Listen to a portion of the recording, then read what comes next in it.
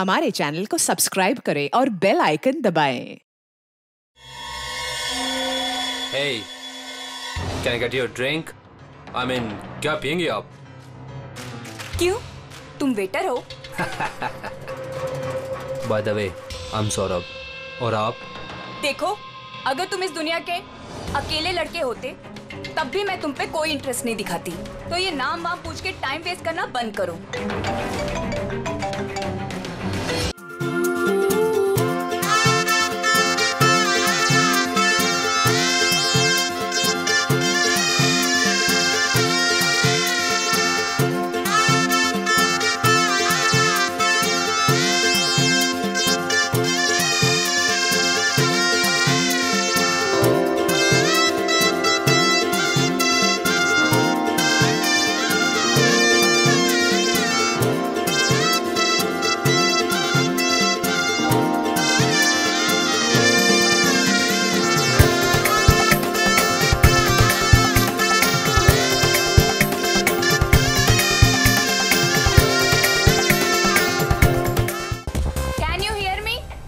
Tanisha,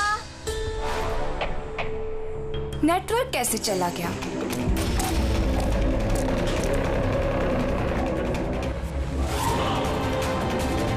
phone क्यों नहीं लग रहा है?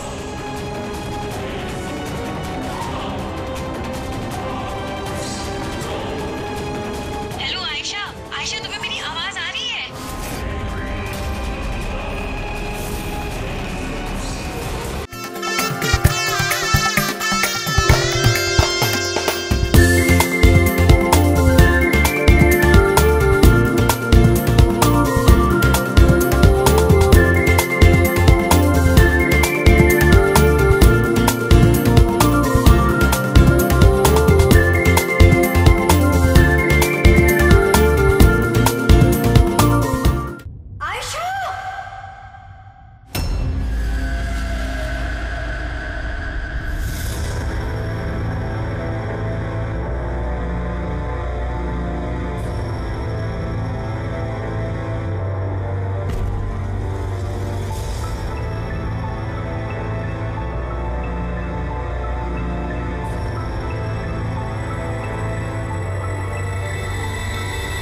कैसे हुआ ये सब?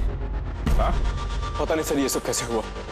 एक कॉल अटेंड करने के लिए बाहर गई और जब वापस आई तो ये सब। तुम्हारे अलावा और कौन कौन दोस्त है आयशा के यहाँ पे? सर ये प्रीति और ये विशाल है सर, आयशा का बॉयफ्रेंड। देख के लगता है कि आयशा का किसी के साथ हाथापाई तो नहीं हुई है। ये फोन रिसीव करने के लिए बाहर गई और वहां पहले से खूनी इसका इंतजार कर रहा होगा। मतलब सर ये खूनी ने सब प्लानिंग करके किया? नहीं पंकज, ये प्लान मर्डर तो नहीं लगता, क्योंकि अगर प्लान किया होता तो उसने किसी और हथियार का इस्तेमाल किया होता, ना कि कांच का। मतलब अचानक यहाँ पे कोई गुस्सा हो गया होगा आयशा पे और मार दिया होगा। लगता तो कुछ ऐसे ही है फ्रेडी। आयशा का यहाँ पे किसी के साथ कोई झगड़ा वगैरह हुआ था? कोई कहा सुनी? हाँ? ऐसे चुप रहने से काम नहीं चलेगा। ये सीसीटीवी कैमरा है, फुटेज देखेंगे तो पता चल ही जाएगा। सॉरी सर, सीसीटीवी कैमरे काम नहीं कर रहे। व्हाट? सीसीटीवी काम नहीं कर रहा? इतनी लापरवाही? सर वो कल आखिरी गाने के दौरान धुएं की वजह से शायद टेक्निकल एरर आ गया है। मैं जल्दी ठीक करवा लूंगा। ठीक कराओगे जब तुम्हारा ये क्लब वापस खुलेगा। जब तक ये केस सॉल्व नहीं होता तुम्हारा क्लब बंद।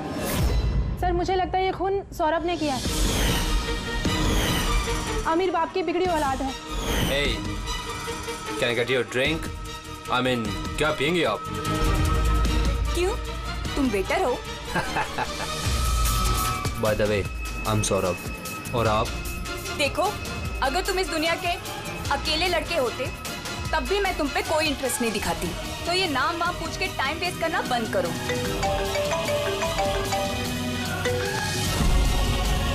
और जब आयशा ने उसे टेढ़ा जवाब दिया, तो वो गुस्से में उसके पीछे पीछे बाहर तक गया था। सौरभ कहाँ? सर वो तो नहीं है। तुमसे कहा था ना मैंने, कोई भी इस क्लब से बाहर नहीं जाएगा। सर जाने नहीं दिया, शायद वो जुर्म करने के बाद ही चला गया, आयशा के अंदर आने से पहले। आयशा और सौरभ बाहर किस तरफ गए थे? सर उस तरफ।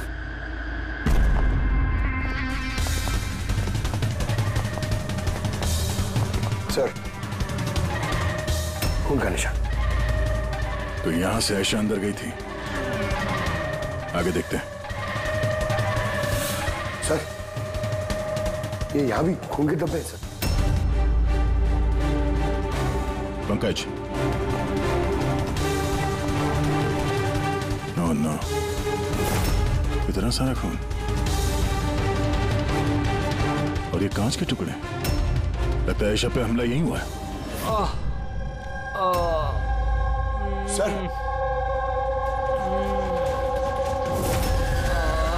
और नो, कहीं सौरभ तो नहीं? इसकी हालत बहुत खराब है। एम्बुलेंस को फोन करो जल्दी। इस क्लब में इतने सारे लोगों के बीच एक लड़की का खून हो जाता है। बाउंसर्स का अता पता नहीं, सीसीटीवी कैमरा है पर काम नहीं कर रहा। और तो और यहाँ पे किसी ने कुछ होते हुए देखा नहीं है ना। कमाल की बात। आयशा मुझे छोड़कर नहीं जा सकती, हमें आना ही नहीं चाहिए था। विशाल प्लीज अपने आप को दोष मत दो, प्लीज संभालो अपने आप को। आपकी सहेली का यहाँ खून हुआ है और आपका ये रवैया है।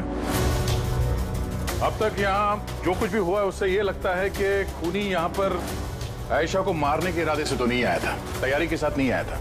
यहाँ इस क्लब में कुछ ऐसा हुआ जिसकी वजह से वो गुस्सा हो गया और उसने आयशा का खून कर दिया और साथ में सौरभ पे भी हमला किया। मुझे लगता है कि वो खूनी आप सब में से कोई एक है। रेडी पंकज, यहाँ जितने हैं सबके डिटेल्स ले लो। माफ कीजिएगा रायमा जी, मैंने अपनी तरफ से बहुत कोशिश की, लेकिन अब मैं आपकी और ज्यादा मदद नहीं कर पाऊंगा। इट्स ओके डॉक्टर, आपसे जो कुछ भी बन पड़ता था आपने सब कुछ किया। अब हम इससे ज्यादा और क्या कर सकते हैं?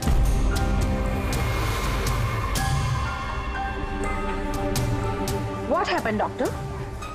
आप ठीक है ना? Yeah, I'm fine. Uneasy feel हो रहा है। Excuse me. कहाँ जा रहे हैं आप? मैं जरा वॉशरूम होकर आता हूँ। तनिषा, आयशा की मौत से पहले तुम्हारी उसके साथ फोन पर बात हुई है ना? तो क्या उस फोन कॉल के बारे में हमें कुछ डिटेल में बता सकती हो? सर, डिस्को में म्यूजिक लाउड होने की वजह से ना मैं ज्यादा कुछ सुन नहीं पाई। हाँ, पर उसको ये कहते हुए सुना। क्या हो रहा है, बता क्यों नहीं रहे हो?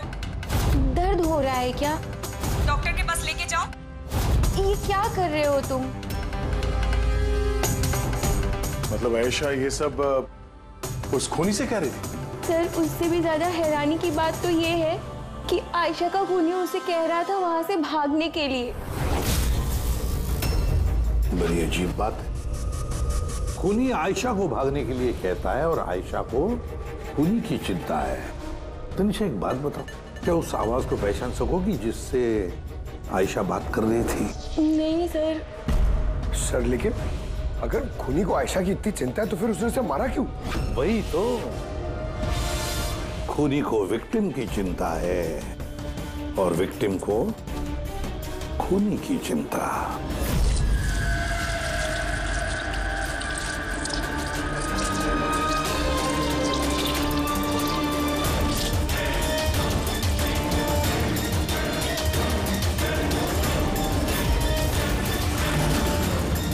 क्या कर रहे हो तुम?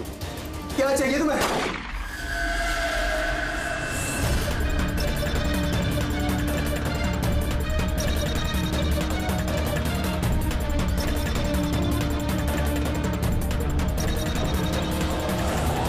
गन?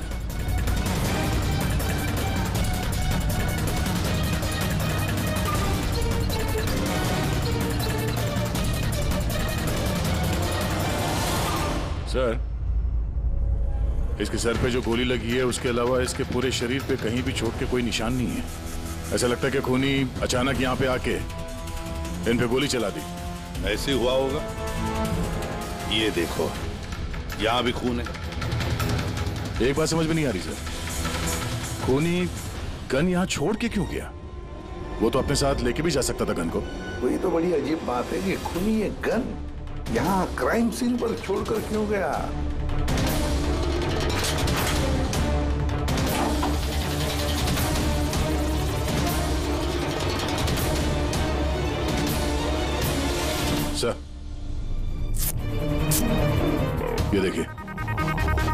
नीचे यहाँ पे ये टेप चिपका हुआ था। वॉश बेसिन के नीचे टेप? लगता है यहाँ टेप से कुछ चिपकाया था जो अभी यहाँ नहीं है।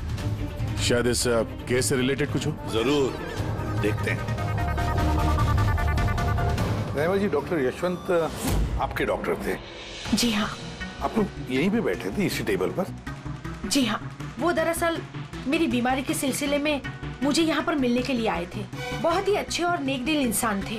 आज जब आप उनसे बात कर रही थी तो आपको लगा कि किसी बात को लेकर वो परेशान थे?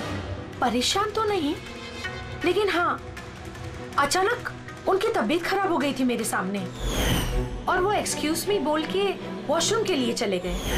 मैं तो सोच भी नहीं सकती थी कि ऐसा कुछ हो जाएगा। सर, ये कॉफी शॉप के मैनेजर है।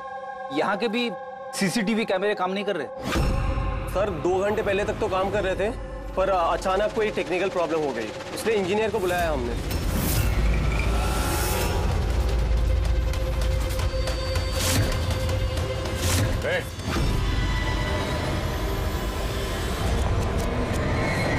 रुको जरा यहाँ ना। हेलो सर, कैसे हो आप? मेरा हालचाल छोड़ो, अपने सुनाओ। तुम दोनों यहाँ क्या कर रहे हो? वो ऐसे ही टहलने आए थे। कॉफी शॉप में टहलने आए थे? कल रात तुम्हारी सहेली का खून हो गया। तुम्हारा दूसरा दोस्त रो रो के उसका बुरा हाल है और तुम दोनों यहाँ कॉफी शॉप में टहलने आए। तो यहाँ पर भी एक खून हो गया। ये कैसा संयोग है? सच में संजोगी है सर, क्योंकि हम तो जानते भी नहीं कि डॉक्टर यशवंत है कौन। हेलो, ले आओ उसे ब्यूरो। ओके जी, okay, thank you very much.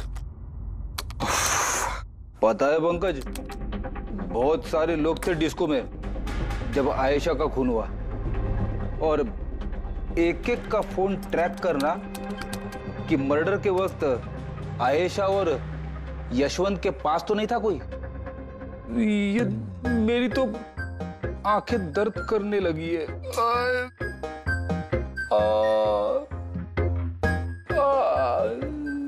अरे ये साइलेंट को आंख पे लगाना बंद करो फ्रेडी सर। 50 और लोगों के नंबर है जिन्हें ट्रैक करना है, ये काम शुरू करो। ठीक है सौरभ, अब कैसी है तबीयत तुम्हारी? शरीर के जख्म तो आज नहीं तो कल ठीक हो जाएंगे सर, लेकिन जो मैंने उस दिन देखा वो शायद जिंदगी भर मेरे दिमाग से कभी भुला नहीं पाऊंगा।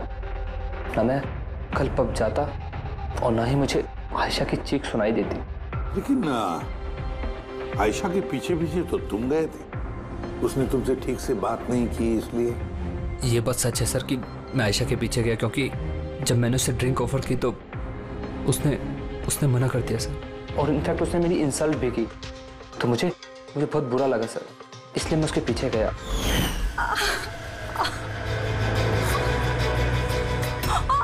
किसने किया ये सब? चलो तुम हॉस्पिटल लेके चलता हूँ। हे रुक,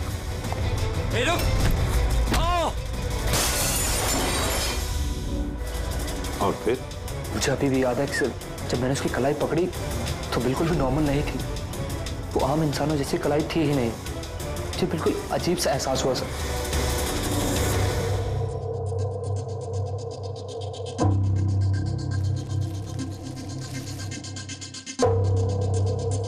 तो आप कह रहे हैं डॉक्टर साहब कि इस गन पे कुछ चिपचिपा सा लगा हुआ है? हाँ, और वो चिपचिपी चीज रबर टाइप की है, वो जैसे सेलो टेप में होता है ना, वैसा। Cello tape gun? ओह, तो खूनी ने पहले से गन वहां वॉश बेसिन के नीचे छुपा के रखी थी। तो ये मर्डर एक प्लान्ड मर्डर था। हाँ, लेकिन ये गन जिससे यशवंत का खून हुआ है और ये कांच जिससे आयशा का खून हुआ है, इन दोनों पे भी कोई भी उंगलियों के निशान नहीं मिले। लेकिन भाई, इस कांच के टुकड़े पर एक खास तरीके की कुछ केमिकल लगा हुआ है, जैसे कि वो प्लास्टिक केमिकल। अभी इस पर क्यों लगा हुआ था, इसका क्या इस्तेमाल है, ये पता लगाना भी बाकी है। लेकिन यही केमिकल इस गन पर भी लगा हुआ है, दोनों पर। डॉक्टर साहब, आप तो कह रहे थे कि इस गन पे वो सेलो टेप का गम लगा हुआ था। वो तो है ही, उसके अलावा ये भी है। इसके अलावा एक केमिकल भी है। यानी ये दोनों मर्डर, इनका आपस में कोई ना कोई कनेक्शन जरूर है। और जुबेन का और प्रीति का दोनों क्राइम सीन पे होना कोई सहयोग नहीं था। बिल्कुल, तुम बिल्कुल ठीक कह रहे हो।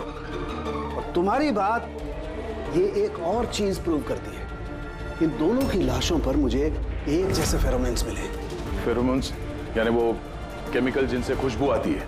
हाँ, यशवंत और आयशा, इन दोनों की लाशों पर एक जैसी खुशबू।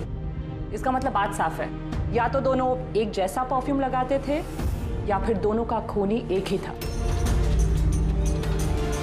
जनरली एक औरत लेडीज परफ्यूम लगाती है और एक आदमी जेंट्स परफ्यूम। अब ये दोनों एक ही तरह का परफ्यूम लगाए, चांस थोड़ा कम है। यानी इन दोनों का खूनी तो एक ही है।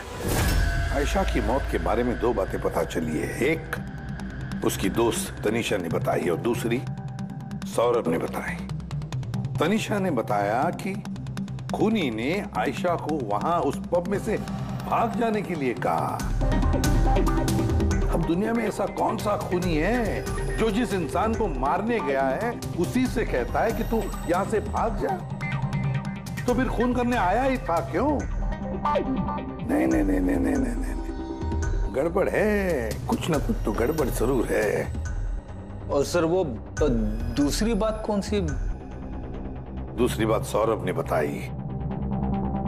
सौरभ ने कहा कि खूनी की कलाई कुछ अजीब सी थी, आम इंसान की तरह नहीं थी कलाई। शायद कलाई में रिस्ट वॉच या ब्रेसलेट हो। फ्रेडी जरा दिमाग लगा के बोलो, समझे? सर, हाँ सर, दोनों क्राइम सीन में एक नंबर कॉमन है सर। किसका क्राइम? आयशा के बॉयफ्रेंड विशाल का सर। विशाल? विशाल? ये विशाल तो कॉफी शॉप में दिखाई नहीं था, तो फिर ये कॉफी शॉप में पहुंचा कब?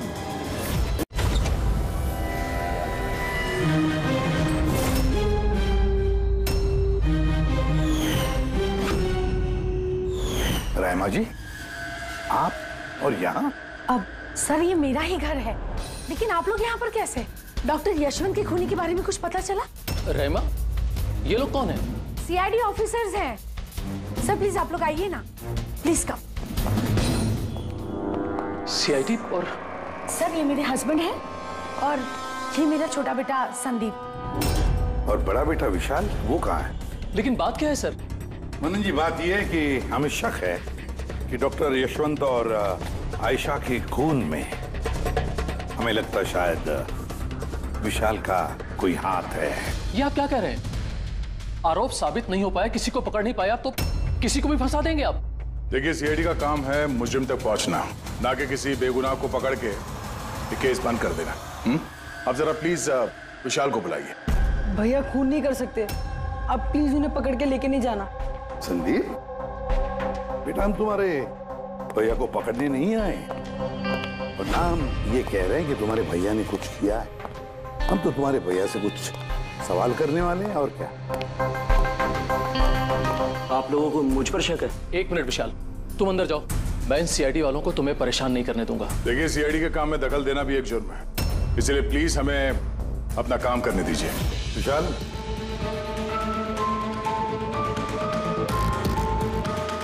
डॉक्टर यशवंत की मौत हुई थी कैफे में और तुम उस वक्त उस कैफे में थे। क्यों, किस लिए गए थे तुम? सर, मैं तो वहां पर जुबेन और प्रीति से मिलने गया था। मुझे नहीं पता था कि यशवंत अंकल वहां पर मम्मी से मिलने आने वाले हैं। आयशा के साथ तुम्हारी अनबन चल रही थी ना? मुझे बहुत बड़ा सदमा लगा है उसकी मौत का। पता नहीं उसके बिना मेरी लाइफ अब कैसे कटेगी। मैं कुछ दिन अकेला रहना चाहता हूँ। ठीक है, जा सकते हो तुम।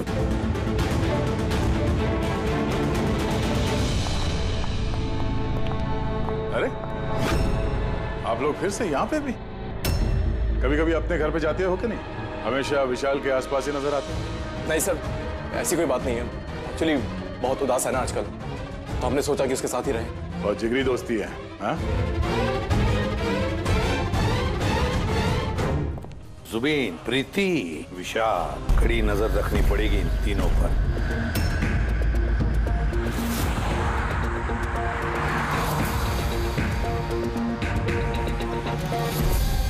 तीनों के घर पे इतने कैमरा फिट किए ना फ्रेडी सर, अगर मक्खी भी मिठाई में बैठेगी ना तो पता चल जाएगा। वैसे काम वाला, दूध वाला और सब्जी वाला, इनके जरिए खुफिया कैमरा बिठाने का आइडिया बड़ा अच्छा था। अच्छा था ना?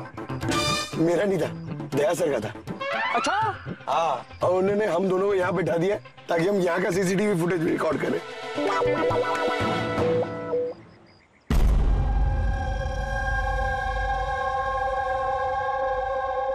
अरे बॉस, एक बहुत ही बड़ा सुराग हाथ लगा है जो इस केस की जड़ तक पहुंचा सकता है हमें। तू तो कब बताएगा? अरे बता रहा हूं ना। तो फिर बताना जल्दी यार। अरे यार सांस तो लेने दो। तुम्हें याद है वो टूटे हुए ग्लास पर और गन पर मुझे वो प्लास्टिक केमिकल मिला था? हाँ सर, क्या है वो केमिकल? वो है ग्राफीन, जो नकली चमड़ी, आर्टिफिशियल स्किन बनाने के काम में आता है। Artificial skin? हाँ। Prosthetic skin. Prosthetic skin. Prosthetic. Daya, याद है सौरभ ने क्या बताया था कि खूनी के हाथ में उसने कुछ अजीब सा देखा था।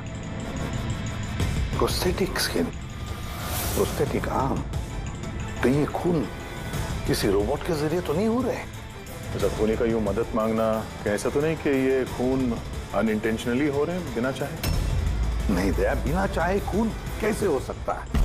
रही बात इस रोबोटिक आर्म की, ये रोबोटिक आर्म तो किसी के इशारे पर ही चलेगी ना।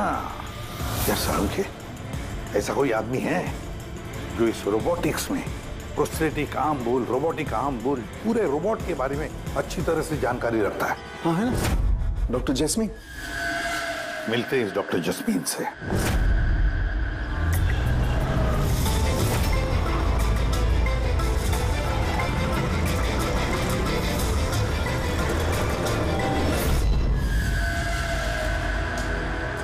डॉक्टर जैस्मीन, हम ये जानना चाहते हैं कि अगर ये ऐसा वाला प्रोस्थेटिक हाथ लगाया हो, रोबोटिक आर्म, तो क्या वो आर्म, वो हाथ किसी दूसरे के इशारे पर काम कर सकता है? मतलब नकली बाजू लगाया गया है ए को, लेकिन इस बाजू से क्या काम करवाना है इसका कंट्रोल ए के पास नहीं बल्कि बी के पास है। क्योंकि हमें शक है कि इस केस में खूनी खून अपनी मर्जी से नहीं कर रहा है, कोई और उससे करवा रहा है। सर, ये सुनने में जितना मुश्किल है दरअसल नामुमकिन नहीं है। जैनिश, जरा दामिनी को अंदर भेजो। हाँ, वही मरीज जिसका कल टेस्ट हुआ था। मरीज?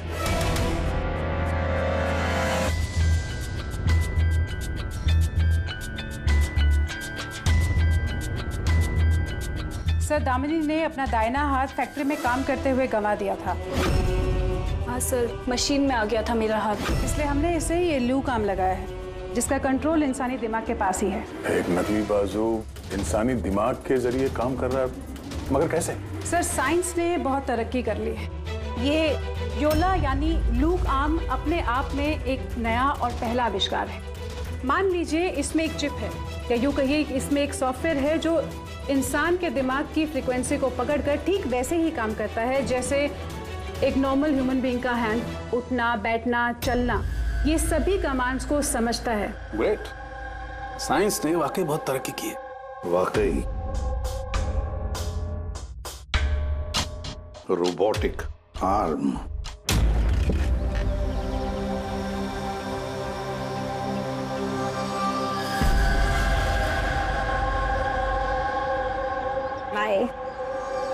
वहाँ हक कर रहा है, इधर हम दोनों गाड़ी में बैठे हुए।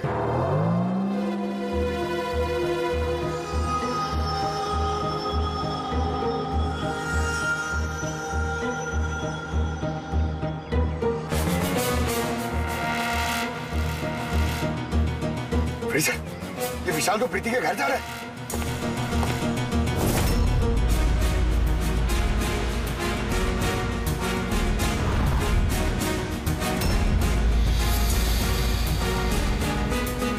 विशाल, तुम टेंशन मत लो, किसी को कुछ भी पता नहीं चलेगा। हम कोई ना कोई रास्ता निकाल लेंगे, ओके? ये लो, कॉफी पी लो।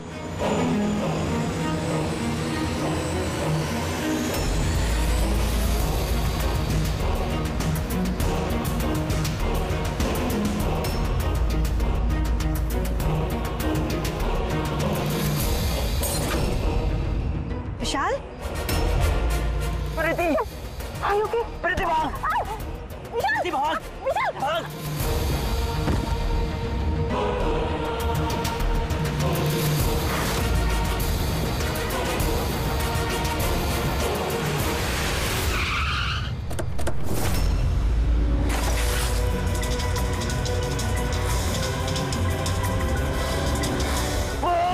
विशाल, नहीं, विशाल छोड़।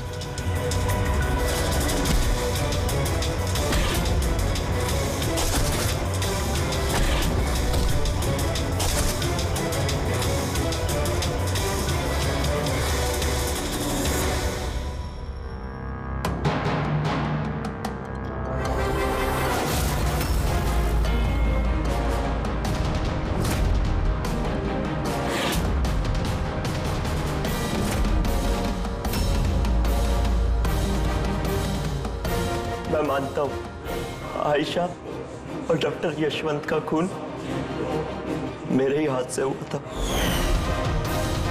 तुम यहाँ क्या कर रहे हो? क्या हुआ? क्या हो रहा है ये? मुझे नहीं पता क्या हो रहा है मेरे हाथ को। कुछ प्रॉब्लम? क्या हो रहा है बता क्यों नहीं रहे हो? डॉक्टर के पास लेके जाओ। ये क्या कर रहे हो? ये क्या कर रहे हो? आयशा भागो यहाँ से, भागो! मैं बोलता हूँ ना भागो! आयशा!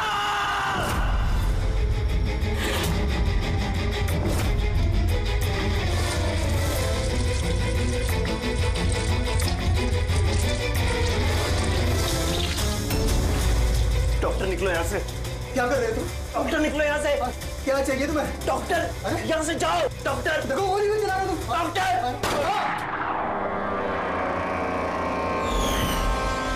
मैं क्या करूं सर? मेरे हाथ पर कोई कंट्रोल नहीं। क्या? तुम्हारे हाथ पर कंट्रोल ही नहीं रहता? इसका क्या मतलब है? न जाने अचानक कभी कभी क्या हो जाता है। इसीलिए तुमने आयशा को वहां से भाग जाने के लिए कहा? हाँ सर, मैंने आयशा को वहां से भागने के लिए कहा था। आयशा भागो यहाँ से, भागो! और मैंने पूरी कोशिश करी थी कि मैं डॉक्टर यशवंत पर गोली ना चलाऊं। डॉक्टर, यहाँ से जाओ! एक बात बताओ, क्यों गए थे तुम कैफे में? मैं वहां पर डॉक्टर यशवंत से अपना हाथ फिक्स कराने गया था और जुबीन, प्रीति मेरी मदद कर रहे थे क्योंकि मैं अपने घर पर नहीं बता सकता था कि आयशा का मेरे हाथों से खून हुआ। मैं जानता हूं सर, मेरी बात पर यकीन करना बहुत मुश्किल है, लेकिन सच यही है, खून मैंने नहीं बल्कि मेरे हाथ ने किया है। डॉक्टर जस्मीन, ये विशाल जो कह रहा है क्या ये सच है? मेरा मतलब है, क्या ये मुमकिन है कि एक रोबोटिक आर्म अपना ही दिमाग डेवलप करता है और फिर उसी दिमाग को लगा के कुछ भी कर सकता है? चांसेस कम है सर, मगर हाँ, अगर हाथ के अंदर लगे सॉफ्टवेयर को कोई हैक कर ले तो ऐसा हो सकता है। क्या? प्रोस्थेटिक हाथ में लगा हुआ सॉफ्टवेयर हैक किया जा सकता है? हाँ दे, हैक हो सकता है, पॉसिबल है। जब हैकर इस नकली हाथ की चिप हैक कर लेता है तो ये नकली हाथ उस आदमी के दिमाग से नहीं चलता जिसके शरीर में ये लगा है, बल्कि ये नकली हाथ चलता है हैकर के दिमाग से। मतलब किसी ने विशाल के इस रोबोटिक आर्म के सॉफ्टवेयर को हैक किया और फिर उससे खून करवाया। सर, इससे अच्छा तो मैं एक बाजू के सहारे ही अपनी जिंदगी काट लूं, जो हाथ दूसरों की जान का दुश्मन बन जाए। ऐसा हाथ मुझे नहीं चाहिए सर। विशाल, एक बात बताओ, तो तुम्हारा ये हाथ तुमसे कहता है कि वो किसी को मारना चाहता है, तब तुम क्या सोचते हो? क्या होता है तुम्हारे दिमाग में? कैसी अवस्था होती है तुम्हारी? सर 2-3 मिनट लगते हैं। मैं पूरी कोशिश करता हूँ अपने हाथ को काबू में करने की, लेकिन 2 मिनट के बाद जीत मेरे हाथ की होती है सर।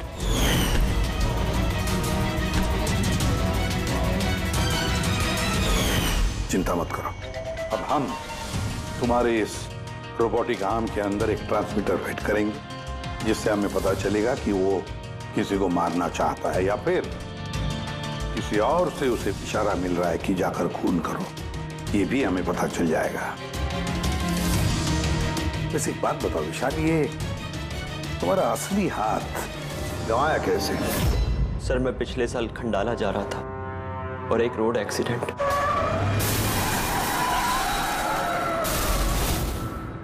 बस। जिंदगी में हमें कई बार इम्तिहान देना पड़ता है। सर मेरे इम्तिहान तो खत्म होने का नाम ही नहीं ले रहे हैं। जब नकली हाथ के साथ जिंदगी जीने की आदत डाली तो उसी नकली हाथ ने मेरी जिंदगी बर्बाद कर दी। विशाल, तुमसे वादा करता हूं कि ना तुम्हें एक हाथ के साथ जिंदगी गुजारनी पड़ेगी और ना ही वो असली मुजरिम आजाद घूम पाएगा।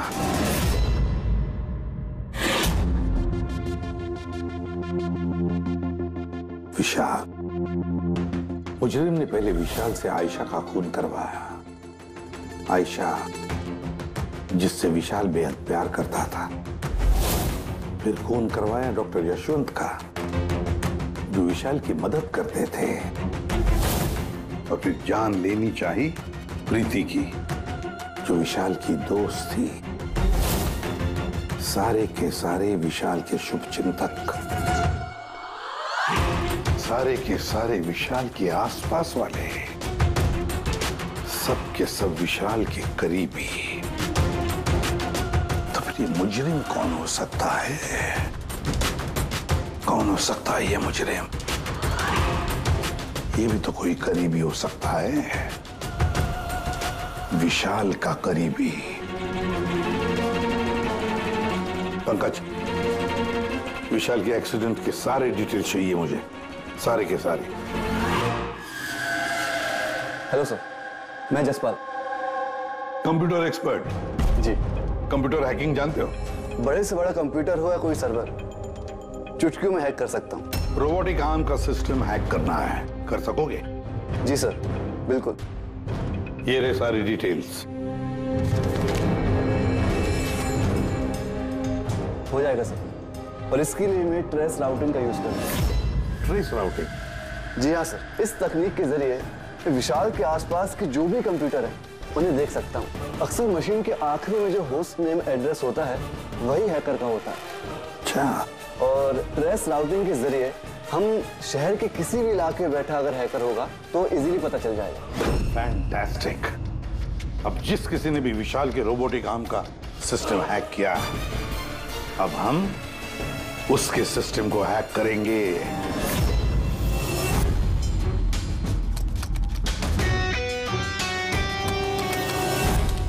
ये देखिए सर, इस वक्त विशाल के आसपास ये सारे कंप्यूटर चालू हैं और इन्हीं में से एक कंप्यूटर है उस हैकर का।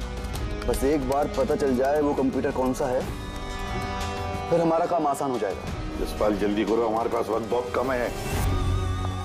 विशाल ने आज मुझे घर पे क्यों बुलाया है? अंकल आंटी भी नहीं है और पता नहीं क्या बात है।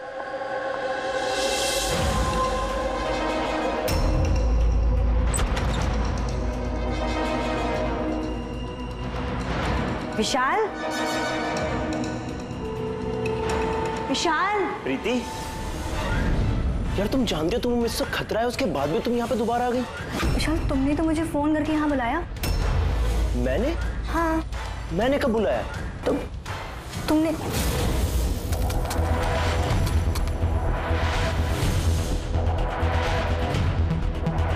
वो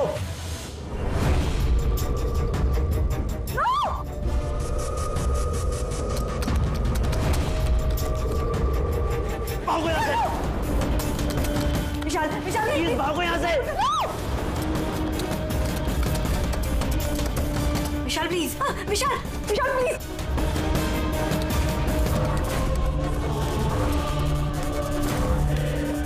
यस सर, उस हैकर की लोकेशन मिल गई है।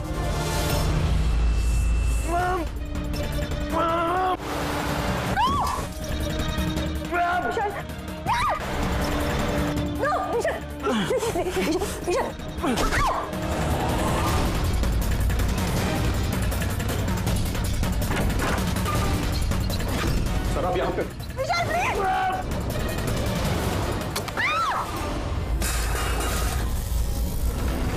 बहुत हो गई हैकिंग।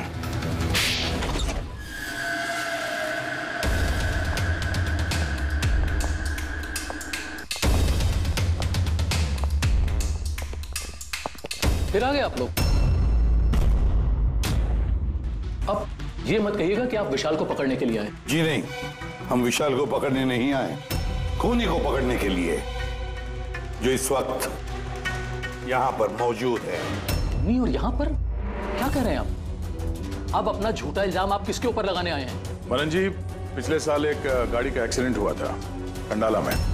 3 लोग थे उस गाड़ी में। 22 साल का लड़का विशाल, 15 साल का बच्चा संदीप और 9 साल की छोटी बच्ची सोनिया। गाड़ी विशाल चला रहा था। कार का एक्सीडेंट बहुत बुरा था। बच्ची सोनिया की जगह पे मौत हो गई और संदीप पैरालाइज हो गया। ये अभी चल नहीं सकता। ये सब आपको कैसे पता चला अंकल? इस एक्सीडेंट में सबसे कम चोट लगी विशाल को। हालांकि जो चोट लगी वो कम नहीं, विशाल को अपना हाथ गंवाना पड़ा।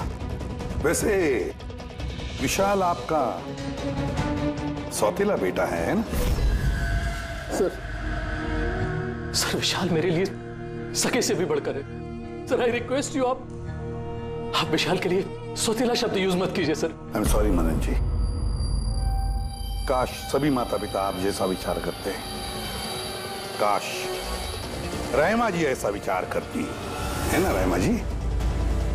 वैसे आपके मन में बहुत गुस्सा है ना विशाल के लिए, क्योंकि विशाल की वजह से आपको अपनी सगी बेटी गंवानी पड़ी और आपका सगा बेटा जिंदगी भर चल फिर नहीं सकता। आप क्या कहना चाहते हैं? हम क्या कहना चाहते हैं वो अभी पता चल जाएगा। पंकज,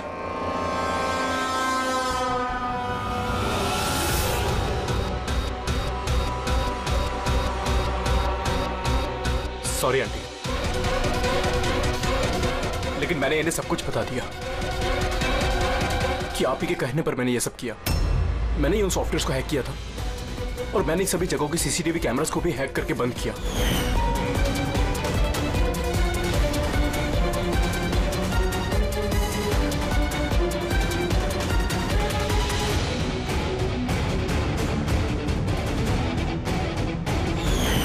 विशाल से बदला लेने के लिए पहले उसकी गर्लफ्रेंड को मारा, उसके बाद उस डॉक्टर को जो विशाल की मदद कर सकता था, उसके बाद प्रीति पर हमला। ये सब करने के लिए मुझे आंटी ने ढेर सारे पैसे दिए थे। सुबीन, तुम इतना गिर जाओगे मैंने कभी नहीं सोचा था।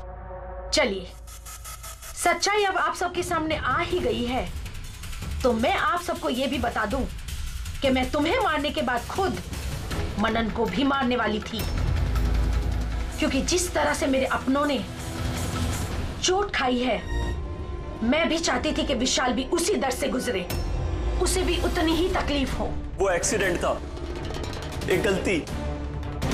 गलती? तुम्हारी एक गलती की वजह से मेरी पूरी जिंदगी में अंधेरा छा गया। तुमने लापरवाही से गाड़ी चलाई और सजा किसको मिली? मुझे और मेरे बच्चों को। मम्मी, मैंने हमेशा तुम्हें मां नहीं भगवान समझा। अगर ये सब करके तुम्हें सुकून मिल रहा था तो मुझसे एक बार कहा तो होता, मैं अपनी जान दे देता। मुझे तुम्हारी जान नहीं चाहिए थी, मैं तो तुम्हें जीते जी दुख भरी जिंदगी देना चाहती थी। और आप सब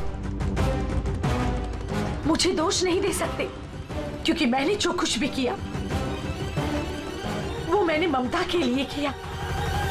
रहमा जी, मां इतना हल्का शब्द नहीं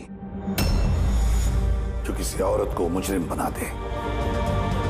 अरे माँ तो वो होती है जो सिर्फ अपने ही नहीं दूसरों के बच्चों को ममता, प्यार और स्नेह से देखती है।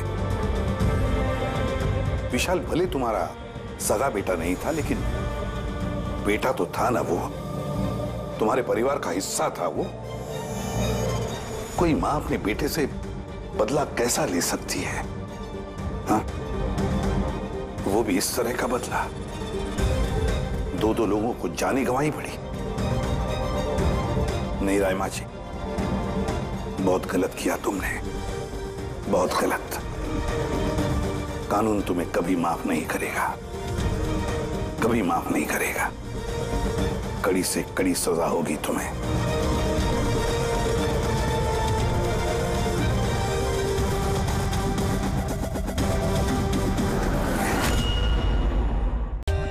For more updates, subscribe to our channel, click the show links and enjoy watching the videos.